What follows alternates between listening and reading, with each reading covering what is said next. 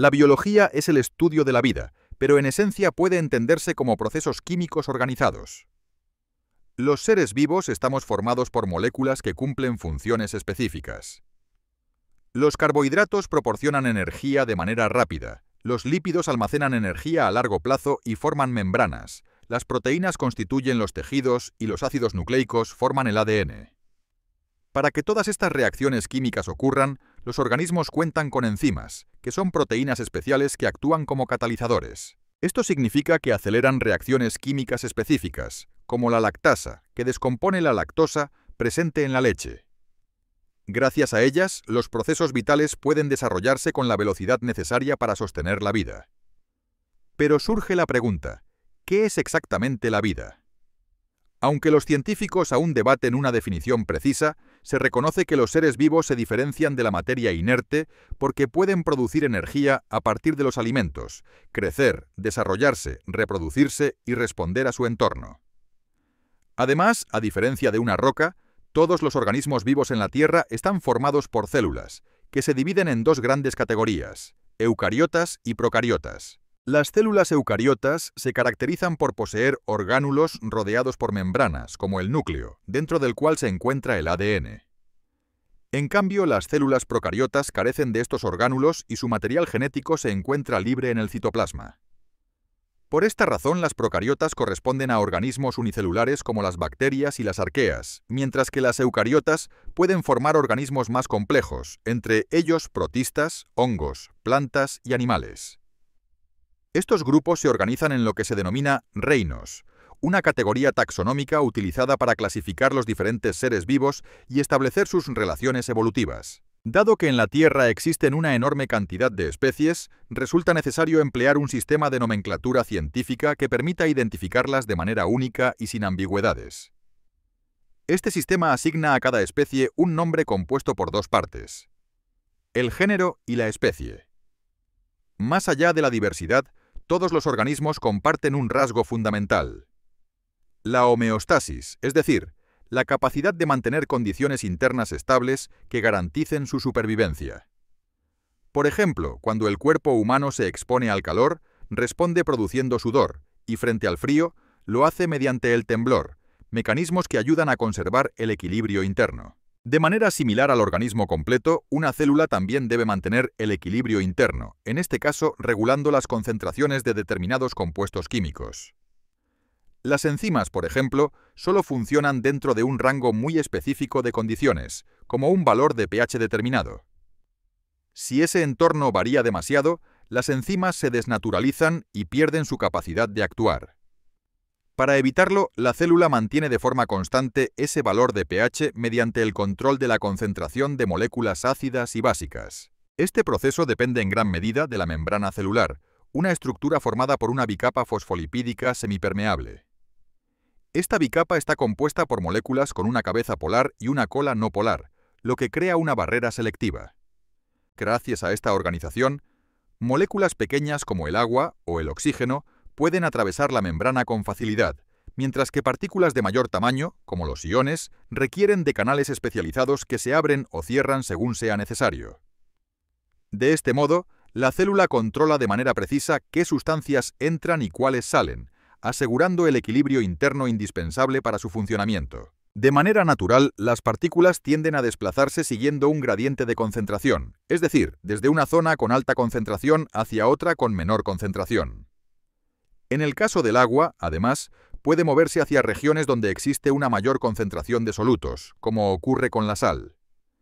Este principio explica por qué beber agua de mar provoca deshidratación. La elevada cantidad de sal en el agua marina, superior a la que se encuentra dentro de las células, provoca que el agua salga de ellas, afectando su equilibrio interno. El proceso mediante el cual las partículas se distribuyen siguiendo estos gradientes recibe el nombre de difusión y ocurre de manera pasiva, sin necesidad de energía. Sin embargo, las células también son capaces de transportar sustancias en contra del gradiente de concentración utilizando energía, en un mecanismo conocido como transporte activo. La fuente de esa energía es el trifosfato de adenosina, o ATP. Este compuesto almacena energía en los enlaces químicos que mantienen unidos sus grupos fosfato, los cuales al romperse liberan la energía necesaria para las funciones celulares. La producción de ATP es fundamental, ya que todos los organismos y cada una de sus células dependen de él.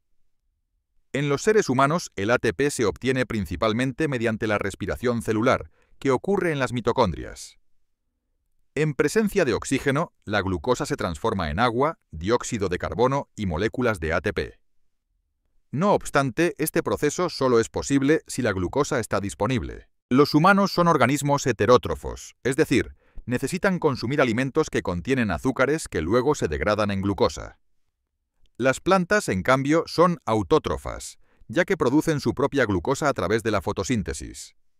Sus células poseen orgánulos llamados cloroplastos, dentro de los cuales la clorofila capta la luz roja y azul, reflejando la verde, lo que explica por qué la mayoría de las plantas tienen ese color característico. La energía que absorben las plantas de la luz solar se utiliza para descomponer moléculas de agua y generar compuestos que facilitan la fijación de dióxido de carbono, proceso a partir del cual se obtienen glucosa y oxígeno. En este punto conviene recapitular. Una vez que un organismo dispone de glucosa, ya sea a través de los alimentos en el caso de los heterótrofos o mediante la fotosíntesis en el caso de los autótrofos, puede llevar a cabo la respiración celular para producir energía en forma de ATP. Desde el punto de vista químico, el ATP es un nucleótido constituido por un grupo fosfato, un azúcar de 5 carbonos y una base nitrogenada. Este detalle conecta con otra molécula fundamental que también está compuesta por nucleótidos, el ácido desoxirribonucleico, o ADN. El ADN está formado por dos cadenas de nucleótidos enlazados, donde los azúcares y los grupos fosfato conforman la estructura externa. Sin embargo, la parte esencial se encuentra en las bases nitrogenadas, que existen en 4 tipos: adenina, timina, citosina y guanina. Estas bases se emparejan de manera específica mediante enlaces de hidrógeno. La adenina siempre con la timina y la citosina siempre con la guanina. Este apareamiento es el que mantiene unidas las dos cadenas del ADN. La información genética se almacena en la secuencia de estas bases, y cada sección de ADN que contiene la instrucción para un rasgo específico recibe el nombre de gen. Los genes son comparables a recetas que indican cómo fabricar proteínas, moléculas indispensables que cumplen funciones diversas, desde transportar compuestos y actuar como enzimas, hasta definir características físicas. Un ejemplo concreto es la diferencia entre los ojos marrones y los azules, que depende de la cantidad de melanina presente en las células del iris. El gen OCA2 codifica la proteína P, la cual regula la producción de melanina. De este modo, la variación en la proteína generada por este gen puede determinar el color de los ojos. No obstante, surge un desafío. Mientras que la información genética se encuentra en el núcleo, las proteínas se sintetizan en orgánulos llamados ribosomas. La solución a este problema es el ARN, que actúa como intermediario entre ambos procesos. El ácido ribonucleico, o ARN, es una molécula similar al ADN, aunque presenta algunas diferencias importantes. Por lo general se encuentra en forma de una sola cadena, contiene ribosa en lugar de desoxirribosa y en vez de timina emplea uracilo como base nitrogenada. Estas características lo hacen menos estable que el ADN, pero cumplen perfectamente su función. El ARN desempeña un papel esencial en la síntesis de proteínas. El proceso comienza cuando una enzima denominada ARN polimerasa se une al ADN y separa sus dos cadenas, generando a partir de una de ellas una cadena de ARN con bases complementarias. De esta manera, la información genética contenida en el ADN se transfiere a una nueva molécula de ARN. Este mecanismo se conoce como transcripción. El producto resultante recibe el nombre de ARN mensajero, ARNM, ya que transporta la información genética fuera del núcleo para ser utilizada posteriormente en los ribosomas, donde se llevará a cabo la producción de proteínas. Como se mencionó antes, un gen puede compararse con una receta para fabricar una proteína. En el caso del ARN mensajero, ARNM, que conserva la misma secuencia de bases que el gen original, cada conjunto de 3 bases consecutivas recibe el nombre de codón, y cada codón corresponde a un aminoácido específico. Los aminoácidos son las unidades básicas que conforman las proteínas. Para llevarlos hasta el sitio de síntesis, intervienen moléculas conocidas como ARN de transferencia, ARNT, Cada ARN te posee un anticodón único que solo puede unirse al codón complementario presente en el ARNM, garantizando que se incorpore el aminoácido correcto. El ribosoma cumple la función de leer los codones del ARNM y coordinar el proceso. A medida que se van uniendo los ARNT, cada uno deja su aminoácido, y estos comienzan a enlazarse entre sí. Este proceso se repite cientos o miles de veces, dando lugar a una cadena polipeptídica, es decir, una larga secuencia de aminoácidos. Posteriormente, esa cadena se pliega y se organiza tridimensionalmente para formar una proteína funcional. En resumen, un gen se transcribe en una molécula de ARN mensajero, la cual posteriormente se traduce en una proteína mediante el ensamblaje de aminoácidos. Este proceso constituye la base de la expresión génica, a través de las etapas de transcripción y traducción. La genética resulta aún más interesante al considerar la magnitud del material hereditario. El ser humano posee aproximadamente 20.000 genes codificadores de proteínas, cada uno formado por miles o incluso millones de pares de bases. Sin embargo, estos genes representan apenas alrededor del 1% del genoma humano, ya que la mayor parte del ADN es no codificante. Aún así, casi todas las células del organismo contienen la totalidad del código genético. Lo que determina su funcionamiento específico es la regulación génica, es decir, la activación o desactivación de determinados genes según el tipo celular. Este mecanismo es fundamental ya que permite que las células especializadas desempeñen sus funciones adecuadas. Por ejemplo, las neuronas expresan genes necesarios para la transmisión nerviosa, mientras que las células del estómago activan genes relacionados con la producción de ácido gástrico. La correcta regulación evita que se produzcan proteínas en lugares donde no corresponden, garantizando así el funcionamiento ordenado del organismo. Un hecho sorprendente es que, si se estirara por completo el ADN contenido en una sola célula humana, alcanzaría aproximadamente 2 metros de longitud. Surge entonces la pregunta: ¿cómo es posible que una molécula tan extensa quepa en un espacio microscópico como el núcleo celular? La respuesta está en su nivel de organización.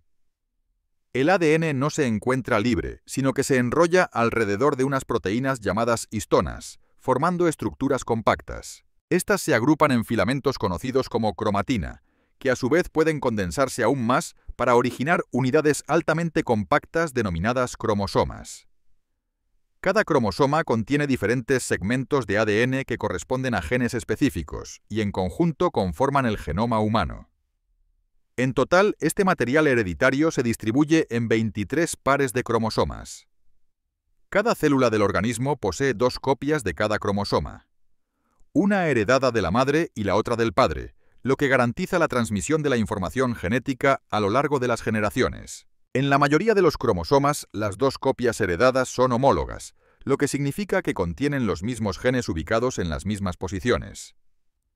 Sin embargo, las versiones de esos genes pueden variar. Por ejemplo, un gen heredado de la madre puede codificar el rasgo de ojos marrones, mientras que el gen equivalente heredado del padre puede codificar ojos azules.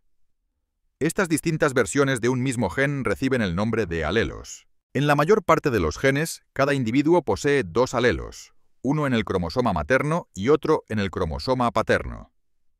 La expresión de un rasgo dependerá de la relación entre ambos. Algunos alelos son dominantes, lo que significa que basta con tener una sola copia para que se manifiesten, mientras que otros son recesivos, y únicamente se expresan si están presentes en ambas copias. Un ejemplo clásico es el color de los ojos.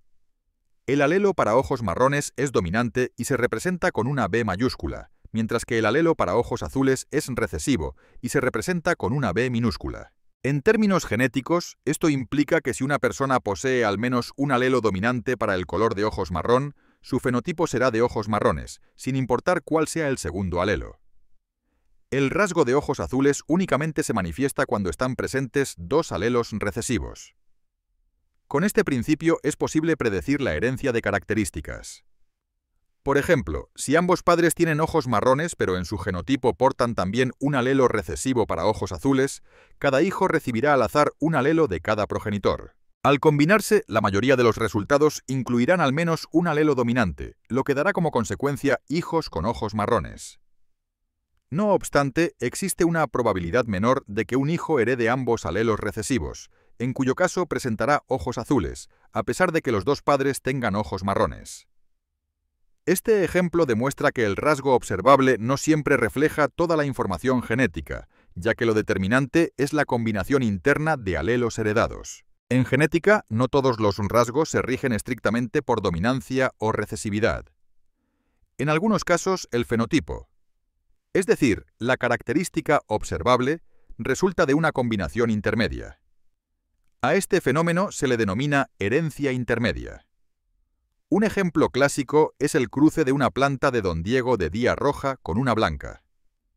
En lugar de producir descendencia roja o blanca, los individuos resultantes presentan flores rosas, un rasgo intermedio entre ambos. Existe también la codominancia, en la cual ambos alelos se expresan de manera simultánea y completa.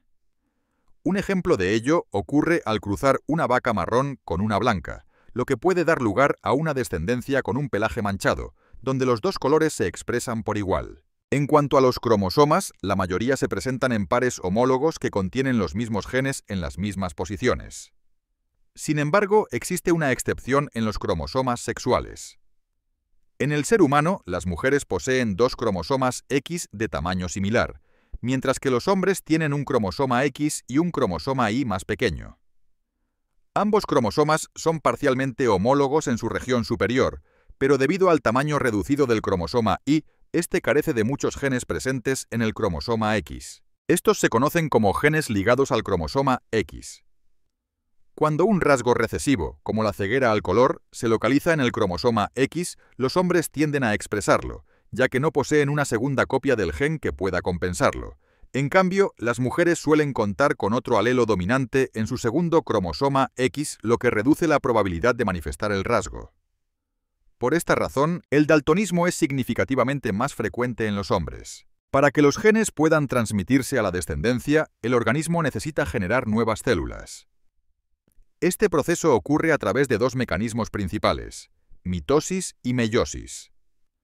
La mitosis es el proceso mediante el cual se producen copias idénticas de las células somáticas, permitiendo el crecimiento y la reparación de tejidos. Comienza con una célula diploide, es decir, con dos juegos de cromosomas.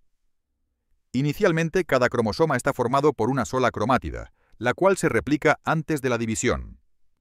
Tras la replicación, los cromosomas adquieren la forma característica en X, compuesta por dos cromátidas hermanas idénticas. Durante la división, estas cromátidas se separan y se distribuyen en dos células hijas, que resultan ser diploides e idénticas a la célula original. Por otro lado, la meiosis es el mecanismo especializado que produce gametos, como los espermatozoides y los óvulos. También comienza con una célula diploide, pero tras la replicación de los cromosomas ocurre un fenómeno exclusivo denominado entrecruzamiento, en el cual se intercambian fragmentos de material genético entre cromosomas homólogos, generando variabilidad genética. Posteriormente, la célula se divide en dos células haploides no idénticas, cada una con un solo juego de cromosomas, aunque cada cromosoma sigue formado por dos cromátidas hermanas. Una segunda división reduce aún más el material genético, produciendo finalmente 4 células haploides genéticamente distintas, en las que cada cromosoma está constituido por una sola cromátida. La meiosis asegura la formación de células haploides, de manera que, al unirse dos gametos durante la fecundación, el cigoto resultante recupere el número correcto de cromosomas característico de la especie. No obstante, la división celular constituye únicamente una parte del ciclo de vida de una célula. La mayor parte del tiempo transcurre en la fase conocida como interfase, en la cual la célula no se divide, sino que se dedica a crecer y a duplicar su ADN, preparándose para la siguiente división en la fase M. Durante el ciclo celular existen varios puntos de control regulados por proteínas clave, como P53 o las ciclinas, cuya función es verificar que la célula se encuentre en condiciones óptimas para continuar el proceso de reproducción. Si se detecta algún daño, la célula puede repararlo. En caso de no ser posible, activa un mecanismo de autodestrucción programada denominado apoptosis, que evita la proliferación de células defectuosas. En condiciones normales, las células se dividen únicamente hasta que cumplen su función y dejan de ser necesarias. Sin embargo, en algunos casos continúan replicándose de manera indefinida. Esto ocurre cuando los puntos de control del ciclo celular no funcionan adecuadamente, lo que conduce a divisiones descontroladas y al mal funcionamiento celular, proceso que se asocia al cáncer. Este comportamiento suele tener su origen en una mutación genética, es decir, en una alteración de la secuencia de bases de un gen. Las mutaciones pueden surgir durante la replicación del ADN, por ejemplo, cuando una base es sustituida, omitida o añadida en la secuencia original. Estos cambios pueden modificar la proteína codificada por dicho gen y con frecuencia alteran su función de manera negativa. Además de las mutaciones puntuales, también existen mutaciones cromosómicas, en las que segmentos completos de ADN pueden duplicarse, eliminarse, invertirse o incluso trasladarse a otro cromosoma.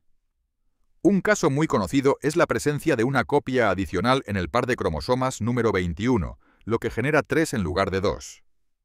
Esta alteración cromosómica produce el síndrome de Down. Aunque las mutaciones suelen asociarse con consecuencias negativas, en realidad también pueden ser neutras o incluso beneficiosas. Un ejemplo ilustrativo sería una población de saltamontes amarillos en la que, debido a una mutación, algunos individuos nacen de color verde. Este cambio les permite camuflarse mejor en la hierba y, por lo tanto, escapar con mayor facilidad de los depredadores. Con el tiempo, la proporción de saltamontes verdes aumentará porque estos individuos tienen mayor aptitud biológica, entendida como la capacidad de sobrevivir y dejar más descendencia. Este proceso constituye la base de la selección natural, el mecanismo principal que impulsa la evolución. Las especies menos adaptadas son eliminadas, mientras que las más aptas sobreviven y transmiten sus características a las siguientes generaciones. Sin embargo, la adaptación no siempre resulta positiva para los seres humanos. Por ejemplo, frente a bacterias y virus disponemos de medicamentos eficaces, pero las bacterias pueden mutar, desarrollando resistencia a los antibióticos. Este fenómeno se ha convertido en un problema de gran relevancia, ya que algunas infecciones dejan de responder a los tratamientos disponibles. Es importante diferenciar entre bacterias y virus, dado que a menudo se confunden. Las bacterias son organismos procariotas, formados por una sola célula capaz de reproducirse por sí misma. Infecciones como la faringitis estreptocócica o el tétanos pueden tratarse con antibióticos. Los virus, en cambio, no están formados por células y no pueden considerarse plenamente vivos. Presentan algunas características propias de los seres vivos, pero únicamente pueden multiplicarse dentro de un huésped y no muestran crecimiento independiente. Se consideran entidades acelulares, en un estado intermedio entre lo vivo y lo no vivo. Además, las infecciones virales no pueden tratarse con antibióticos. En la mayoría de los casos, el organismo debe recurrir a su propio sistema inmunológico para superarlas, acompañado de reposo y cuidados generales. Aunque muchas veces se asocian con enfermedades, las bacterias no siempre son perjudiciales. De hecho, en el interior del intestino humano habitan millones de bacterias beneficiosas que viven en simbiosis con el organismo. El cuerpo les proporciona alimento y, a cambio, ellas colaboran en los procesos de digestión y absorción de nutrientes. En relación con la digestión y otras funciones vitales, el cuerpo humano está constituido por diversos sistemas orgánicos complejos que trabajan de manera coordinada para mantener la vida. Uno de los más importantes es el sistema nervioso, compuesto por redes de nervios que se conectan con la médula espinal y llegan hasta el cerebro.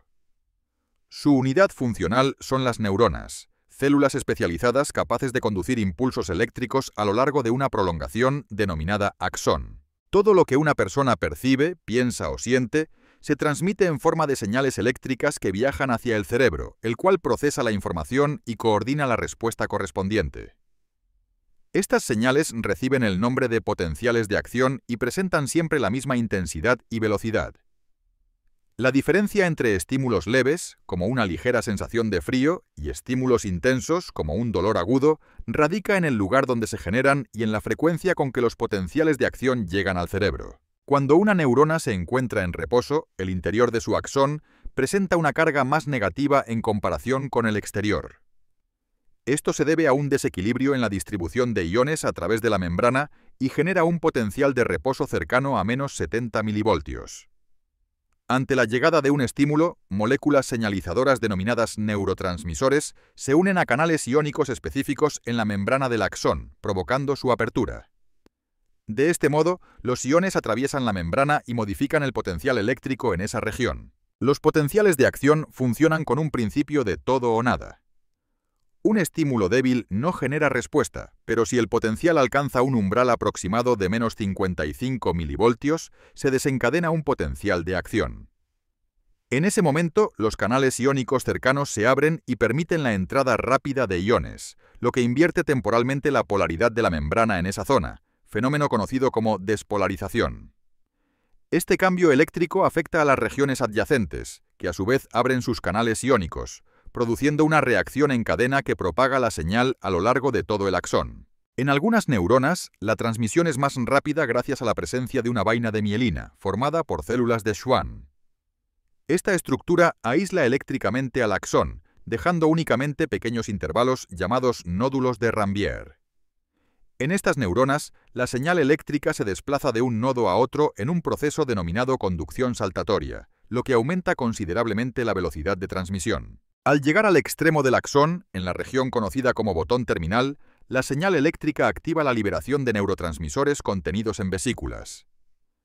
Estos atraviesan el espacio existente entre neuronas, llamado hendidura sináptica, y se unen a receptores localizados en las dendritas de la neurona siguiente. Allí pueden bloquear la señal o desencadenar un nuevo potencial de acción, repitiendo así el ciclo de transmisión neuronal. La biología nos muestra que, detrás de cada proceso vital, existe un conjunto de mecanismos perfectamente organizados que hacen posible la vida.